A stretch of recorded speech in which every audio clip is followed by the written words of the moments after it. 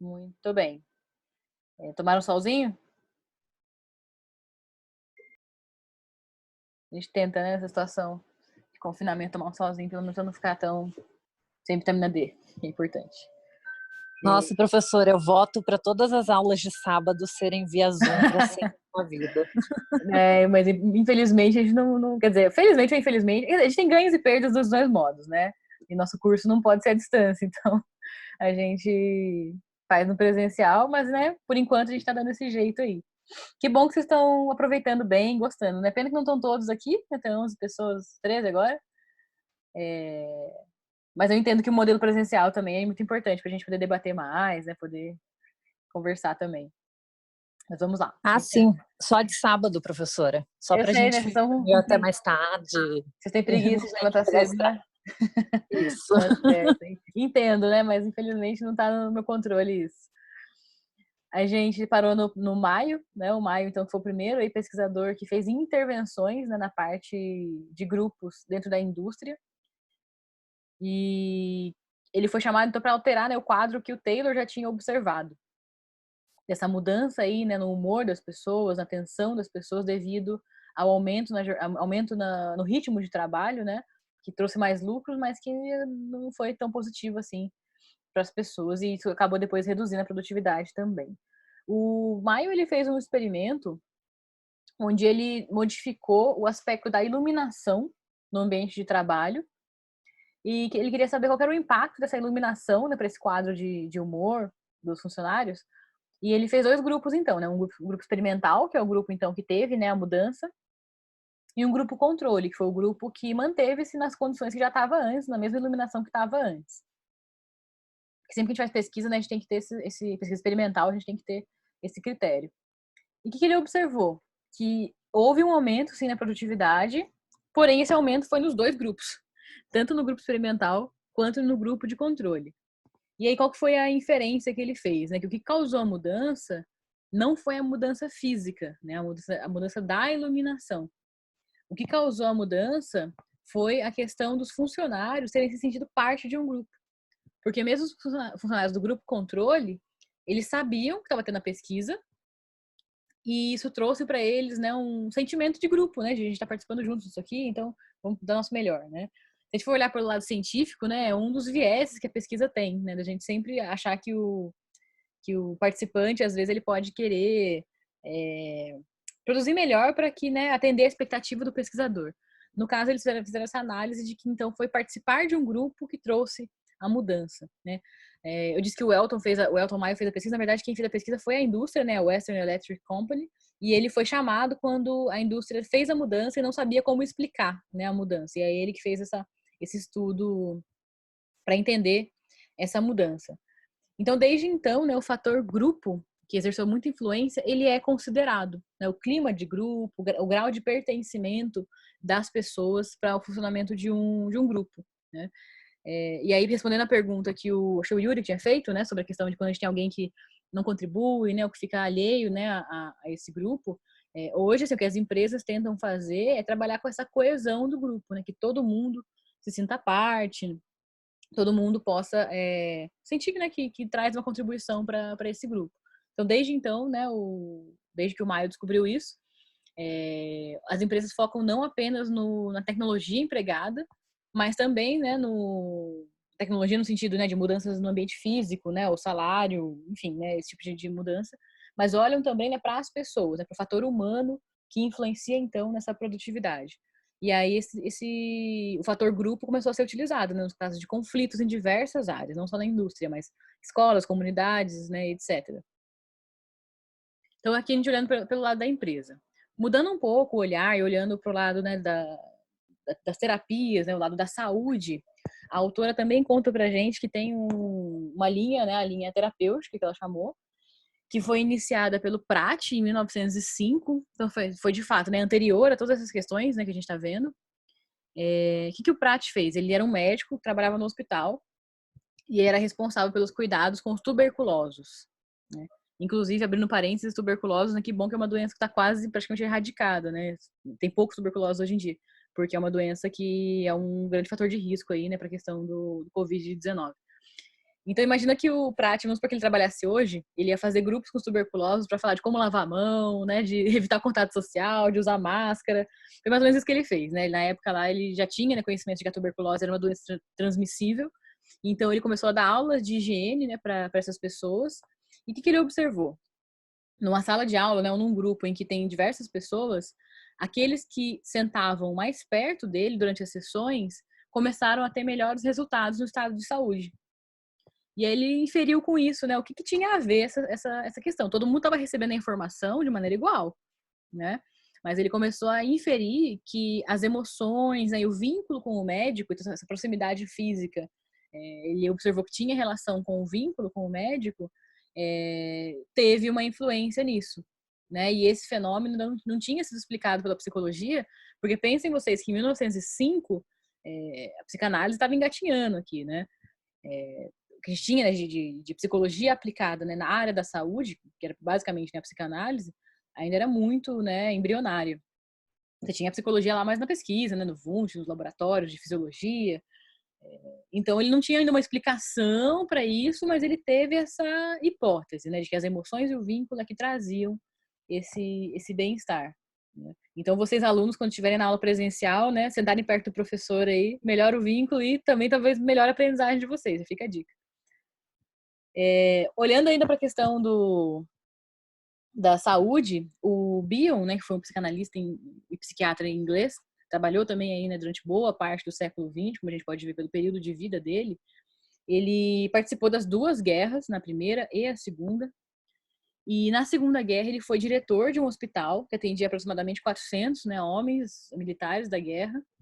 E devido, né, a essa alta demanda, né, era muita gente, ele resolveu fazer alguns grupos para conseguir dar conta dessa demanda e né, conscientizar os homens sobre as suas dificuldades, né, e o modo adequado de lidar com elas. Porque, veja bem, né, se você está na guerra lá, você perde sua perna, não é só uma questão física, né, de você perder sua perna. Você muda todo o seu estilo de vida, você tem uma série de consequências, né, emocionais dessa perda, de como vai mudar, né, daqui para frente. Então, nessa época, pensem que não tinha ainda, né, o psicólogo hospitalar, mas você tinha, né, a psiquiatria. Então, ele fez aí o trabalho de unir esses homens em grupos para poder discutir essas mudanças que aconteceram na vida deles. E aí ele viu que nesse grupo, o que aconteceu? Formou-se esse espírito de grupo entre os pacientes. E ele observou que isso interferia no comportamento de cada indivíduo. E aí ele continuou com esse trabalho sendo realizado mesmo depois da guerra.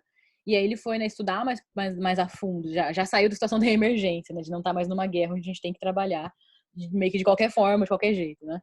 Ele já saindo da situação da guerra, ele conseguiu estudar mais, né, esses fenômenos que ele tinha observado, e ele estabeleceu conceitos psicanalíticos, então, que ele já tinha conhecimento, mas dentro da terapia, né, individual, para explicar esses funcionamentos dos grupos. E aí ele foi, então, né, o primeiro a falar que existia um inconsciente nos grupos. Não era só um inconsciente, né, individual, inconsciente no indivíduo, mas o grupo também tinha esse inconsciente no grupo. E aí, né, teve gente que me perguntou qual era a diferença entre esse inconsciente do grupo para o inconsciente coletivo, que é um conceito junguiano. No conceito do Jung, eu não sei se vocês vão estudar isso na faculdade em algum momento, mas, né, resumidamente, o inconsciente coletivo são aqueles, por exemplo, os mitos que você tem, às vezes, tanto numa comunidade, sei lá, andina, sul-americana, quanto numa comunidade chinesa, por exemplo. E aí o Jung ele vai observar, né, que muitas histórias, muitas coisas que acontecem, muitos mitos, né, muitas coisas do imaginário popular que tinha num lugar do mundo, tinha em outro lugar do mundo também que nunca se relacionou, vamos dizer assim, nunca foram culturas compartilhadas. E então ele cria esse inconsciente coletivo para explicar, né, fenômenos que aconteciam em qualquer comunidade, em várias comunidades do mundo, né, no mundo e na humanidade como um todo, e que você não tinha uma explicação para isso, né? Você nunca falou com o fulano como é que de repente muitas comunidades têm por exemplo, né, ideias sobre reencarnação, sobre vida após a morte. E aí ele né, vai questionar isso, como é que pode, né? Tipo assim, todo mundo chegar nas mesmas respostas sobre a questão de, né, espiritualidade, por exemplo. No livro do Jung, ele fala que quase todos os temas de heróis, essas coisas derivam de 4 arquétipos que ele cria, que são arquétipos universais que estariam no inconsciente de todo mundo. Sim, isso vai influenciar depois daquela ideia da jornada do herói, né, do Campbell, que vai influenciar até hoje, né? Filmes, tudo tem essa estrutura, né? Que a gente já tem desde, né, de muito tempo atrás. Então, a diferença é essa, né? Que é um inconsciente coletivo. Obrigado pela contribuição. Quem falou, não vi quem foi que falou. Foi o Andrei? Eu. Obrigado. O inconsciente coletivo é essa ideia de uma coisa que a humanidade toda compartilha, e o inconsciente dos grupos é uma coisa que aquele grupo compartilha. Então, o grupo não é a humanidade inteira. Né? O grupo são aqueles, por exemplo, 30 homens que estão participando de um grupo que o Bion criou para solucionar uma questão ali, um conflito de uma guerra, por exemplo, perda de um membro, de uma perna. Então, o grupo ele tem essa característica de ser menor, né?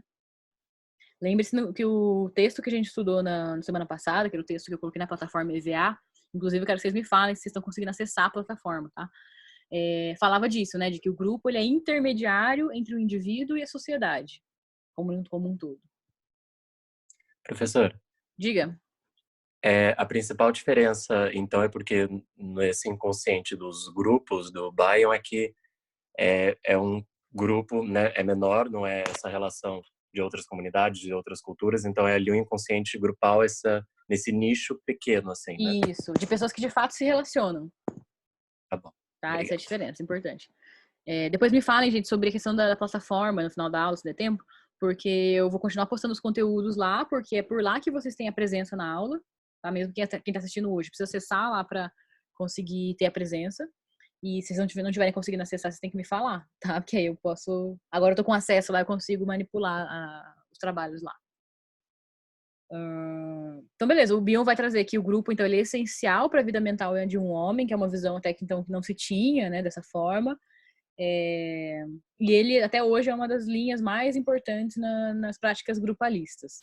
É o que eu acabei de falar, né? O grupo como intermediário entre indivíduo e sociedade, exatamente o que ele trouxe também. No grupo a gente vai ter duas coisas, né? O indivíduo, com seus próprios conflitos, sua história privada, sua identidade pessoal. Tô pegando o que como é que chama? O Yuri tinha falado, né? Vamos supor que tem alguém lá que se comporta diferente. Às vezes a pessoa já traz esse conflito individual, né? Já traz essa história privada, já traz, né, uma forma de agir no mundo que já é mais uma forma solitária, já é uma forma mais de não se identificar, né, com outras pessoas. Pode acontecer isso. Mas também no grupo vai ter a questão do grupo, né? Os mitos, a história grupal, a identidade do grupo. Então, nessa inter-relação entre o indivíduo e o grupo, é que vai ter esse espaço, arena, que ele chama, né? E essas dimensões vão servir para a organização de diferentes ações e intercâmbios entre os membros. Seguindo aqui, né, a gente tem o Pichon Rivière também, que é outro autor que desenvolveu trabalho na Argentina. Então, esse foi outro que emigrou, né? Ele era europeu, acho suíço, se não me engano, mas ele não foi para os Estados Unidos, ele veio para a Argentina. E ele criou uma técnica chamada grupo operativo. Guardem essa palavra. Quando a gente tiver a aula do Pichon, a gente vai falar muito do grupo operativo, né? É a principal contribuição dele. Ele identificou que as pessoas, elas só se estruturavam enquanto grupo enquanto estivessem operando sobre uma tarefa. Então, para ele, não bastava as pessoas estarem, né, unidas no mesmo tempo, no mesmo espaço, dialogando sobre qualquer coisa. Você precisava dar uma tarefa para as pessoas fazerem. E por meio dessa tarefa é que o próprio grupo se estrutura. E aí as pessoas, né, elas entram... Eu vou fechar o áudio de vocês, porque... Você dá isso aqui para quando começar? Voltando aqui. O Pichon, né, falava da tarefa. A tarefa é outra coisa muito importante. Então, pensando em Pichon, pensa em grupo operativo, tarefa, tá? Durante essa tarefa que você realiza, já vou dar um exemplo para vocês, que acho que vai ficar bem claro, é que se organiza esse processo de trabalho e então que se formam os vínculos entre as pessoas. E aí você aprende a pensar, aprende a resolver seus problemas, contradições que surgem ali no grupo, situações de conflito que aparecem ali, e para ele o conflito vai ser uma coisa indispensável. O conflito não é uma coisa negativa, não é uma coisa que a gente tem que livrar o grupo de um conflito. O conflito vai ser importante e necessário, vai fazer parte do grupo, né? Para que a gente possa entrar numa tarefa e sair dela transformado, né? Transformado positivamente, transformado no sentido de ter uma mudança aí na nossa forma de pensar, forma de agir, que a gente sai mais maduro, né? Mais elaborado. Então, ele também se baseou na psicanálise. E se influenciar negativamente? Oi? E se influenciar negativamente o grupo? Então, ele vai dizer que o conflito, ele vai permitir pra gente novas formas de agir. Então, quando o grupo operativo, na verdade, ele não é um grupo também que você vai de qualquer jeito, né? Você tem que ter um terapeuta, tem toda uma técnica, né, utilizada ali para que as pessoas não saiam piores do que elas entraram. É claro que faz parte do processo, né? Mesmo na psicoterapia individual, às vezes tem momentos em que você tá, né, em crise, que você sai de uma sessão, né, com mal-estar. Isso é comum acontecer. Mas durante o processo todo, as pessoas, a ideia é que as pessoas saiam melhores do que elas chegaram, tá? Então, para ele tem que ter essa função de elaborar uma tarefa e as pessoas se modificarem por meio dessa tarefa. Para ele, né, o grupo vai ter 3 momentos. Vamos pensar vocês numa situação em que vocês têm um trabalho de grupo na faculdade. Isso poderia ser chamado de grupo operativo. Primeira coisa que acontece às vezes no grupo, né? Vocês formam o grupo e aí tem gente que tem resistência, né? Que alguém dá uma ideia, a pessoa fala, acho que não vai dar certo. Não sei isso aí, não sei, não curti essa ideia, não vou participar mais desse grupo, vou mudar de grupo. Surge isso, não surge às vezes? Quem já passou por isso?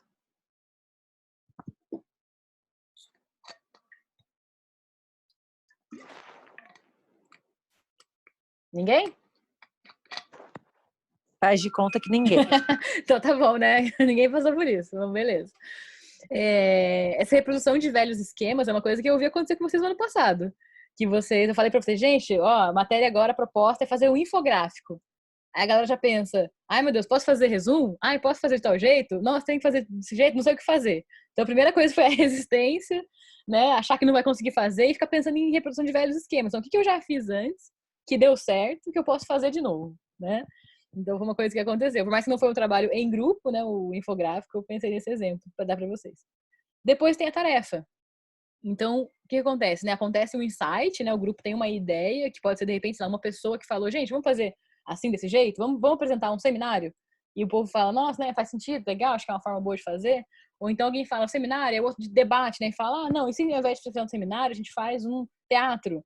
O outro, não, vamos fazer de uma forma escrita, assim, sabe? Então, assim, as pessoas vão trazendo ideias, vão contribuindo. Então, já superou essa primeira parte, né, de resistências e já começa, realmente, o grupo pensa, né, a gente tem que fazer a tarefa. Então, não vale a pena a gente ficar aqui só debatendo e sendo do contra, né? Vamos fazer o negócio acontecer.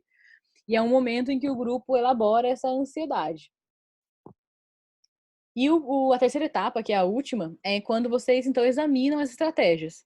Às vezes vocês pensam que não vão conseguir fazer, né? Eu também, gente, não tô me tirando dessa. Né? Às vezes a gente não trabalha em grupo, a gente pensa, nossa, vai ser muito difícil isso aí, nossa, tô ansiosa, não sei se vai dar certo.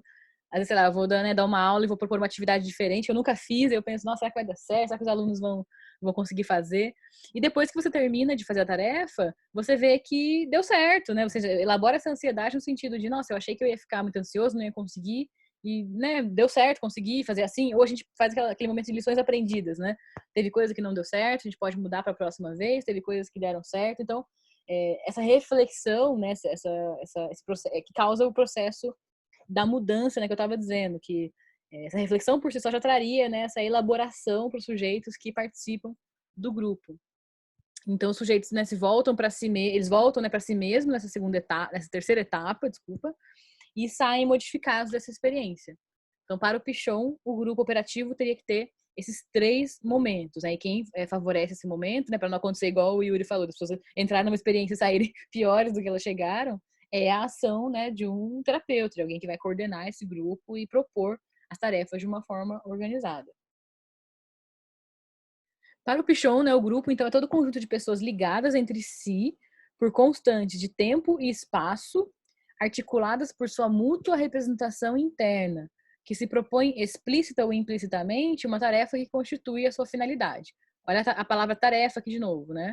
Então, a tarefa ela é indispensável para que um trabalho em grupo aconteça na ideia do Pichon, né? Tá ligado à própria definição de grupo, tá?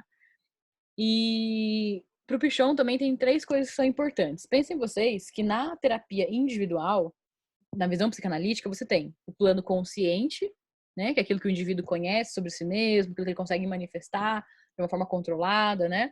O plano inconsciente, que é aquilo que a gente ainda não tem acesso, mas que durante o processo terapêutico o psicanalista vai usando técnicas para a gente tentar conseguir acessar esse inconsciente, porque é lá que vão estar os conflitos, lá que vão estar os traumas, né?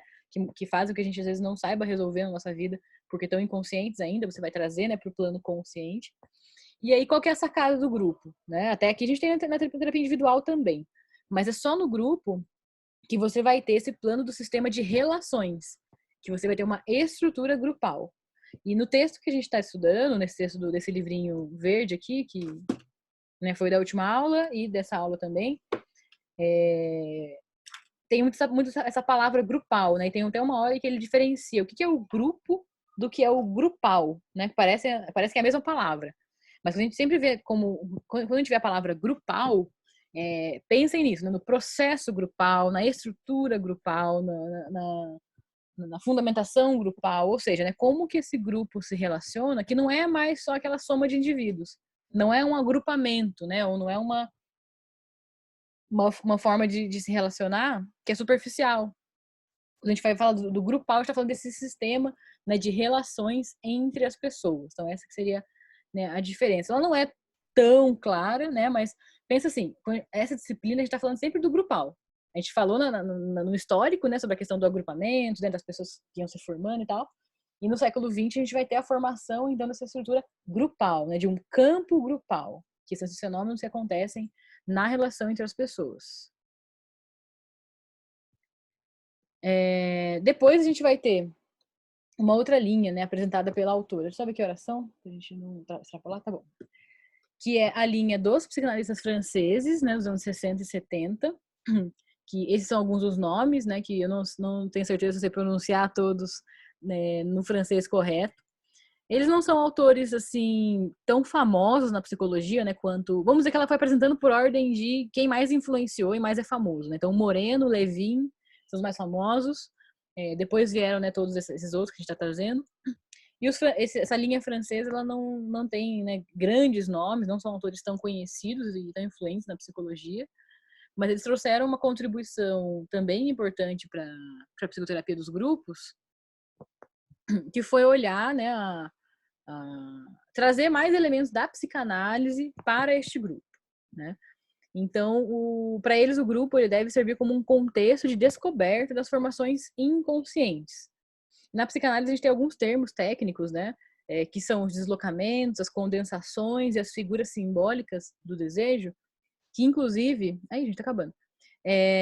São fenômenos que a gente vê no sonho, né? Quando a psicanálise vai explicar o sonho, ela vai explicar dizendo, né, que é uma formação do inconsciente também, que para a gente não, né, tornar, não trazer isso para o consciente de uma forma, às vezes, tão traumática, tão dolorosa, o sonho vai trabalhar com o deslocamento.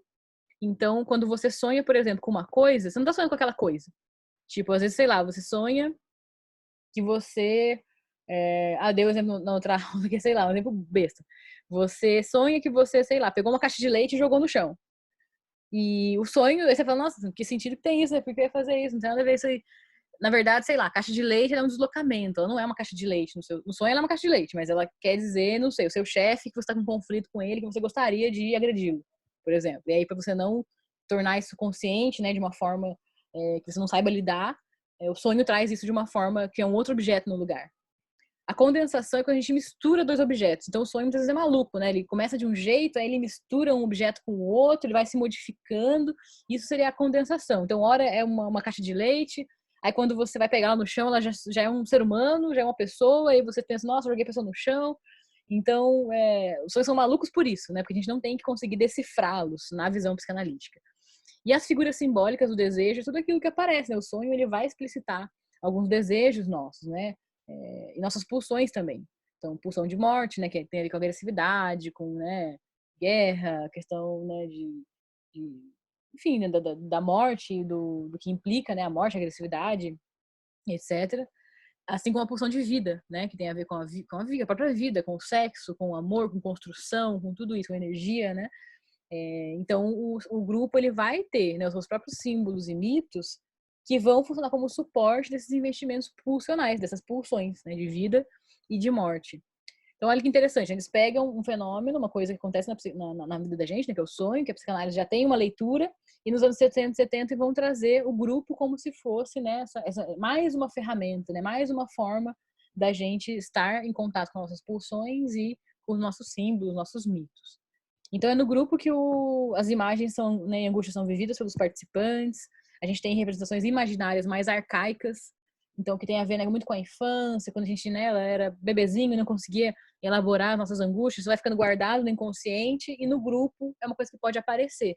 Também seria uma outra explicação para o exemplo que o Yuri deu, de alguém que fica de repente sozinho, que não se relaciona bem com o grupo, de repente, nesse comportamento do grupo, a pessoa está explicitando uma característica inconsciente dela, né? Às vezes, sei lá, quando ela é criança, estou dando exemplos a gente conseguir entender, mas sempre é mais complexo do que isso, nunca é tão simples assim, né? Mas vamos supor que você foi um bebê que teve, né, um problema de relacionamento familiar, não conseguiu se vincular com a mãe teve depressão, etc, sei lá, e aí vive, né, uma pessoa, ele cresce como uma pessoa com dificuldades afetivas, inclusive dificuldades de relacionamento. Isso vai aparecer no grupo, né, dessa forma. Então o grupo vai ser um momento em que ele vai ter a oportunidade de agir de uma outra forma e elaborar esses conflitos inconscientes que ele tem.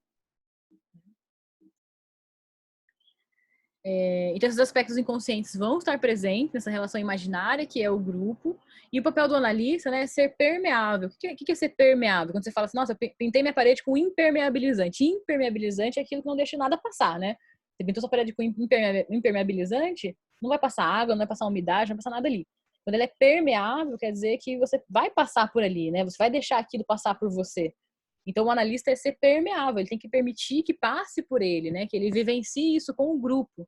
Representações imaginárias, de modo a elucidá-las e devolver para o grupo. Então, o analista, ele vivencia isso com o grupo e ele devolve para o grupo de uma forma que permita o grupo elaborar esse conflito ou esse aspecto inconsciente que apareceu ali, né? Então, o grupo funciona como um aparelho psíquico. O aparelho psíquico na psicanálise teve duas tópicas, né? A primeira tópica, que foi o consciente, o inconsciente, o pré-consciente. E a segunda tópica, que foi o id, o ego e o superego, né? Essas duas tópicas explicam a formação do aparelho psíquico para a psicanálise. E qual é a função desse aparelho psíquico? Tanto faz, né? Se é a visão de consciente, inconsciente, pré-consciente, ou de ego, superego. A função do aparelho psíquico é trazer uma organização interna para esse indivíduo. Então, o grupo vai ter um funcionamento semelhante, que vai ter essa função de organização, né, de elaboração, da pessoa conseguir aí lidar, né, com seus conflitos, suas frustrações, coisas que todo mundo, né, tem, né, e vive. Todo mundo é um neurótico ou um psicótico, de acordo com a psicanálise. Então, a gente usa o grupo para, na visão deles, os psicanalistas, trazer essa organização para o sujeito, né? Então, ela serve como um dispositivo de ligação e transformação da realidade psíquica. Então, olha o poder que o grupo tem, né? Então, acho que, resumindo, né? Só para a gente terminar até o Guattari, mas o grupo, ele sempre tem essa função de transformação. O Guattari, né? A gente está acabando o tempo, então eu vou ter que ser um pouco mais rápida nele. Ele também é francês, né? E qual que é a ideia dele? É trazer a instituição como uma coisa importante para o grupo. Então, ele trabalhou lá em hospitais psiquiátricos, numa época que estava rolando a humanização dos hospitais, né, tinha muita crítica, pensa anos 60, anos 70, que é onde a gente está aqui, né? Muita crítica social, movimento hippie, galera criticando guerra, né? Enfim, muitos movimentos de contracultura. Aqui no Brasil tinha, né, começo do rock, da Tropicália, de vários movimentos. Então, anos 60 e 70 vão pensar sempre em quebra de paradigma. E ele quebrou um paradigma, né, ao trazer, por exemplo, no hospital psiquiátrico, os pacientes participando da rotina da instituição, organizando atividades, né, como reuniões, terapia de grupo, ateliê, que é uma coisa que até então não se tinha, né? O paciente, ele era um sujeitado. E ele vai trazer esse cara como um sujeito, alguém que é um ator social ali, que participa, né? Que potencializa essa instituição. Que participa na comunidade, né? Que participa nesse funcionamento social, econômico, político, institucional. Então, olha a visão mais ampla, né, que ele vai ter para o grupo, que não vai ser mais só um grupo, né, terapêutico, igual, por exemplo, o Prat, né? Vamos reunir numa salinha aqui, a galera, para falar de tuberculose. Não, ele vai trazer o grupo para a instituição como um todo e vai criar, então, essa psicoterapia institucional, que já é uma forma, então, diferente de atuação. E aí, quando o grupo tem a possibilidade, né, de tomar a palavra, isso, segundo o Guattari, é o que vai favorecer a saúde para esses sujeitos. E é aí que eles vão conseguir, né, se elaborar e conseguir vivenciar de outra forma em que eles consigam promover a saúde. Isso no caso, né, dos hospitais psiquiátricos. A gente também pode transpor esse conceito, né, para escolas, para indústrias, para qualquer situação institucional que a gente viva, que a gente não fique à mercê do que a instituição nos promove, né, mas que a gente seja participativo dentro dessa instituição. né? Então, gente, acho que esses são os principais autores, né? Na semana que vem é feriado, mas na próxima a gente começa o trabalho, né, com o Levin. Leiam o e-mail que eu mandei sobre, né, as novas regras para o trabalho, as novas datas. Se ficarem com dúvida, me respondam esse e-mail, me perguntem, tá? Se tiverem dúvidas sobre os materiais da plataforma, me perguntem também, me avisem se não estiverem conseguindo ver alguma coisa. Vamos usar o que o Guattari falou, né? Sejam aí grupos sujeitos e não grupos sujeitados a essa condição que a gente está vivendo atualmente pela questão da pandemia. Vamos ser ativos aí para a gente conseguir passar por isso da melhor forma possível. Até que alguma dúvida, pessoal, a gente tem 1 minuto. Bom, então agradeço a presença de vocês. Vou interromper aqui a gravação da aula. Quem não conseguiu assistir ou não conseguiu participar da aula inteira, eu vou manter gravada a aula e vou pôr na plataforma depois para vocês assistirem, quem quiser assistir depois. Tá joia, gente? Muito obrigada pela aula de hoje. Adriele, vai acabar o tempo. Me manda no e-mail a sua dúvida, por favor. Porque não sei se eu vou conseguir ter tempo de ver aqui. Vou enviar o slide. Já mandou o e-mail, maravilha. Eu vou ler o e-mail e vou mandar o slide para vocês também por meio da plataforma. Muito obrigada, pessoal. Se cuidem. Obrigada, tchau. Tchau.